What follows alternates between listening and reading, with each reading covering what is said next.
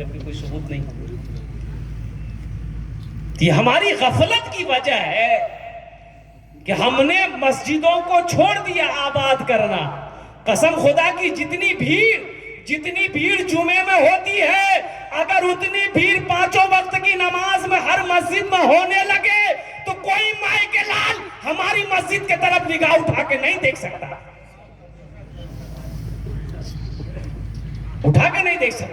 ہم نے مسجدوں کو آباد کرنا چھوڑ دیا.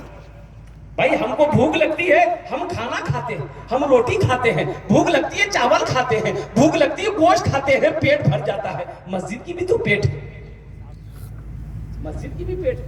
تو مسجد کی پیٹ کیسے، مسجد کی پیٹ ہے، مسجد کی پیٹ کیسے بھرے گا؟ اس کا خوراک کون ہے؟ نمازی ہے. اس کا خوراک نمازی ہے، اس کی غذا نمازی ہے. نمازی نماز پڑھے گا، مسجد کا پیٹ بھرے گا. وہ مسجد پھر تیرے حق میں اللہ کی بارگاہ میں بخشش مغفرت کی دعا کرے. اللہ کا گھر مسجد ہے. تو انشاءاللہ مسجدوں کو آباد کریں گے. کتنے لوگ تیار؟ ہاتھ اٹھاؤ انشاءاللہ. الحمدللہ. ساتھ ہی ساتھ مسجدیں آباد کیسے ہوں گی؟ جب ہم نماز پڑھیں گے. الحمدللہ ثم الحمدللہ. جب ہم نماز پڑھیں گے مسجدیں آباد ہوگی انشاءاللہ. مسجدوں کو آباد کریں گے ہم، مسجدوں کو آباد کریں گے اللہ ہمارے گھر کو آباد کرے گا. ہم مسجدوں کو آباد کریں گے اللہ میری زندگی کو آباد کرے گا. اور قربان جاؤ خوش نصیب. اچھا یہ بتائیے، مسجد اللہ کا گھر ہے. علماء فرماتے ہیں کہ جب بندہ وضو بنا کر مسجد کے اندر میں داخل ہو جاتا ہے تو اللہ کا مہمان ہو جاتا ہے. سبحان اللہ، کیا مقام ہوگا. اور مسجد میں اگر موت ہو جائے تو جنتی. سبحان اللہ، مسجد میں اگر موت ہو جائے وہ جنتی ہے. وہ کتنا خوش نصیب مسلمان ہوگا جس کی موت مسجد میں ہو جائے، جس کی موت سجدے کی حالت میں ہو جائے، جس کی موت قیام کی حالت میں ہو جائے، جس کی موت رکوع کی حالت میں ہو جائے، جس کی موت جلسے کی حالت میں ہو جائے. وہ خوش نصیب مسلمان. نوجوانوں نمازوں کی پابندی کرو. دیکھو ایک کھلاڑی ہے ہاشم املہ، نام سنا آپ لوگوں نے؟ یہ ساؤتھ افریقہ کے کرکٹر ہے. جانتے ہو اس کی عمر کتنی ہے؟ 25 سال. جانتے ہو ان کی داڑھی کتنی بڑی ہے؟ اتنی بڑی داڑھی ہے، اتنی بڑی داڑھی ہے. بڑا خوبصورت نوجوان ہے، اتنی بڑی داڑھی ہے، بڑا خوبصورت نوجوان ہے. کولکاتہ آیا تھا کھیلنے کے لیے کرکٹ. میڈیا والوں نے گھیر لیا. میڈیا والوں نے پوچھا کہ ان یہودیوں کے بیچ میں آپ اکیلا تنہا مسلمان ہیں، داڑھی رکھتے ہیں، نماز پڑھتے ہیں، کیا آپ کو کبھی کوئی ان لوگ ڈسٹرب تو نہیں کرتا؟ تو قربان جاؤ. تو ہاشم املہ نے جواب دیا کہ جب میں نماز پڑھتا ہوں تو یہ لوگ میرا ادب و احترام کرتے ہیں، یہ سب اللہ کی طرف سے.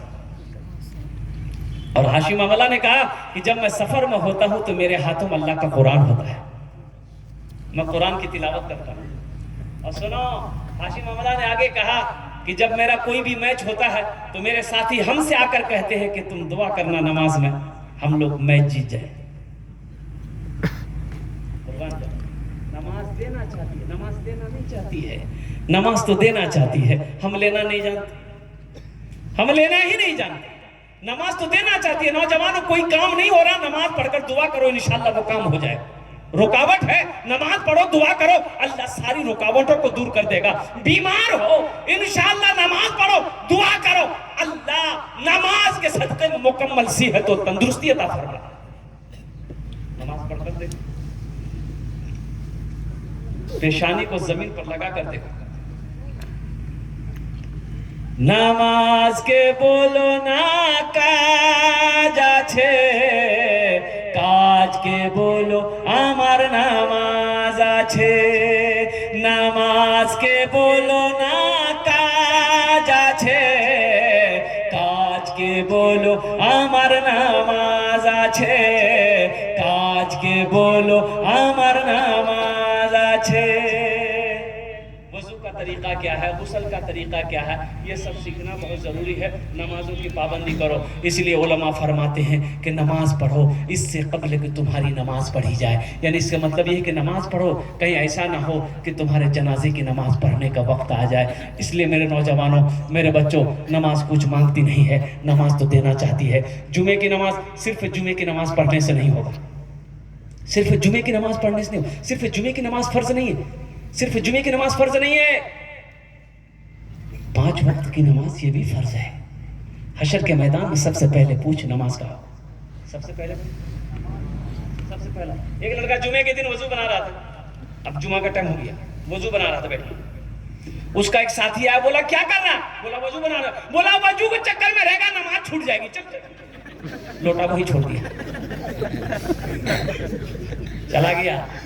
1 رکعت نماز چھوٹ گئی, 1 رکعت نماز ملی. تو سلام کے بعد اپنے دوست کا شکریہ ادا کیا کہ ٹھیک ہے بول رہے ہو, وضو کے چکر میں رہتی تھی 1 رکعت نماز دے گی. نماز ہوئی؟ ارے بولو نماز ہوئی؟ تو میں حضرت آدم علیہ السلام کو اللہ نے حکم دیا, میرا آدم میرا گھر بناؤ. تو حضرت آدم علیہ السلام حضرت جبرائیل علیہ السلام تشریف لائے جنت سے جنتی پتھر بھی لائے. وہ پتھر اب بھی موجود ہے, دیکھیں گے؟ ارے دیکھیے گا, وہ پتھر ہے, دیکھیے گا. کتنے لوگ دیکھیے گا؟ آپ اٹھائیں تو نہ بتائیں. 5 لاکھ کا خرچہ کرنا پڑے گا. بولیے انشاءاللہ کریں گے. ہاں وہ پتھر یہاں نہیں مکہ میں ہے. اس پتھر کا نام ہے حجر اسود. جو لوگ حج کرنے جاتے ہیں الحمدللہ اس پتھر کو چومتے ہیں. پتھر کو کیوں چومتے ہیں؟ جب جنتی پتھر تھا تو اللہ کے رسول صلی اللہ علیہ وسلم نے ارشاد فرمایا, اے پتھر تو نہ نفع پہنچا سکتا ہے نہ نقصان پہنچا سکتا ہے.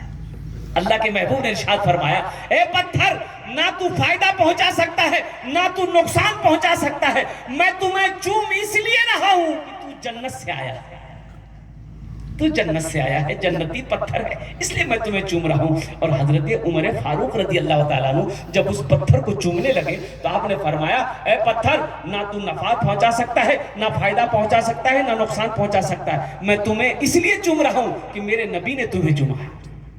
تو جو لوگ حج کرنے جاتے ہیں اس پتھر کو چومتے ہیں, اے نبی کی سنت ہے. تو معزز سامعین کرام, خانہ کعبہ کی تعمیر, طوفان نوح آیا, خانہ کعبہ کی دیواریں گر گئی.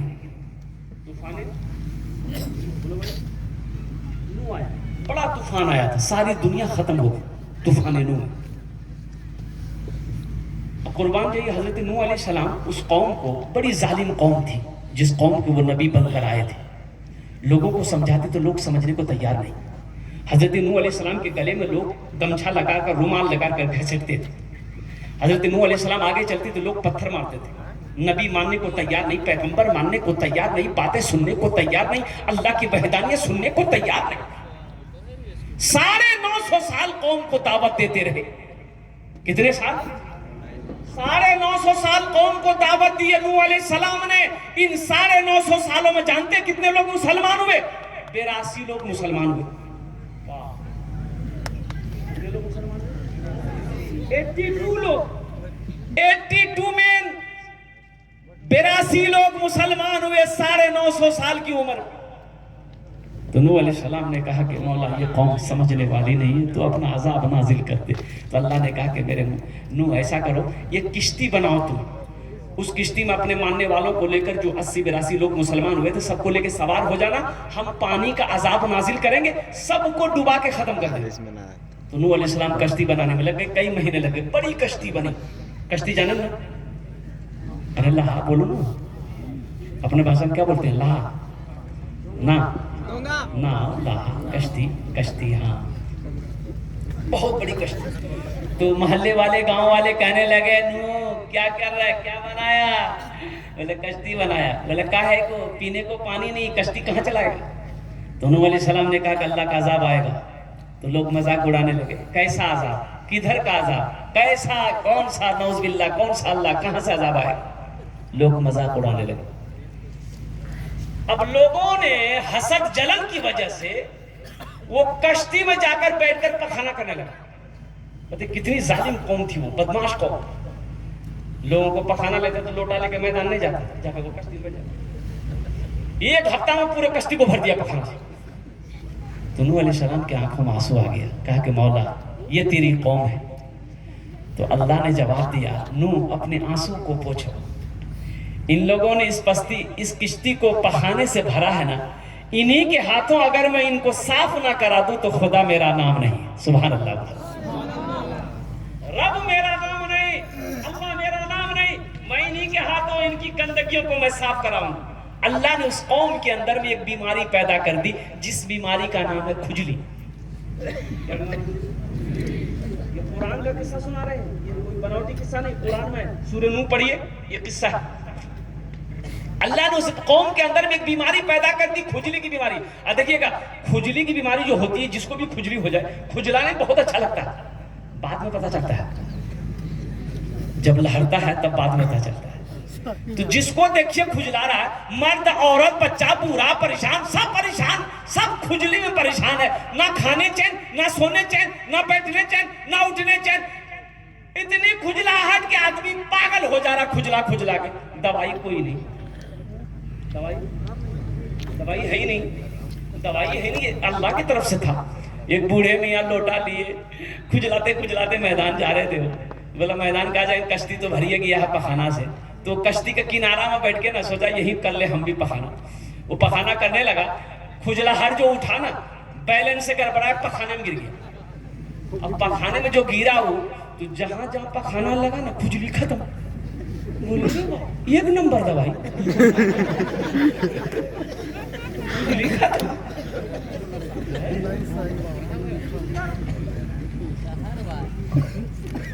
پخانا لیا ہاتھ میں لیا، ملا، پورے چہرہ اڑا، پورے بدن مل، اب ملتی جاتا تو کھجلی ختم۔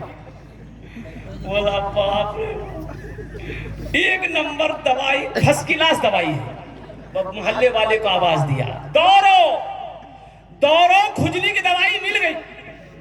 لوگ تو پریشان تھے، یہ عورت مرد نوجوان بوڑھا سب دوڑا، بولا کہاں ہے؟ بولا اٹھاؤ پخانا لگاؤ، ایک نمبر دوا۔ لوگ لگانا شروع کیے، اور حقیقت میں لوگ جہاں کھجلی کی کھجلاہٹ ہوتی تھی، پخانا لگتے ہی کھجلی ختم۔ کتنے لوگ گھر سے برتن لے کے دوڑ رہا تھا کہ میری ماں نہیں چل سکتی، اس چارپائی میں پڑی ہوئی ہے، تھوڑا پخانا دے دی، اس کو چارپائیے میں لگا دینا۔ دیکھتے دیکھتے پوری کشتی صاف ہو گئی۔ جو لوگ لاسٹ ٹائم آیا اس کو پخانا نہیں ملا، تو کشتی کو پانی سے دھوتا تھا، پیتا بھی تھا، لگاتا بھی تھا، بولتا تھا ایک نمبر دوائی ہے۔ پوری کشتی چکاچک، ایک دم چکاچک ہو گئی۔ تو اللہ نے کہا، نوح، میں نے کہا تھا نا کہ اگر انہی کے ہاتھوں ان پخانے کو میں صاف نہ کرا دوں تو خدا میرا نام نہیں۔ سبحان اللہ بولے تھا۔ یہ میرے رب کی طاقت ہے، یہ میرے رب کی قوت ہے، یہ میرے رب کی شان ہے۔ مسلمانوں،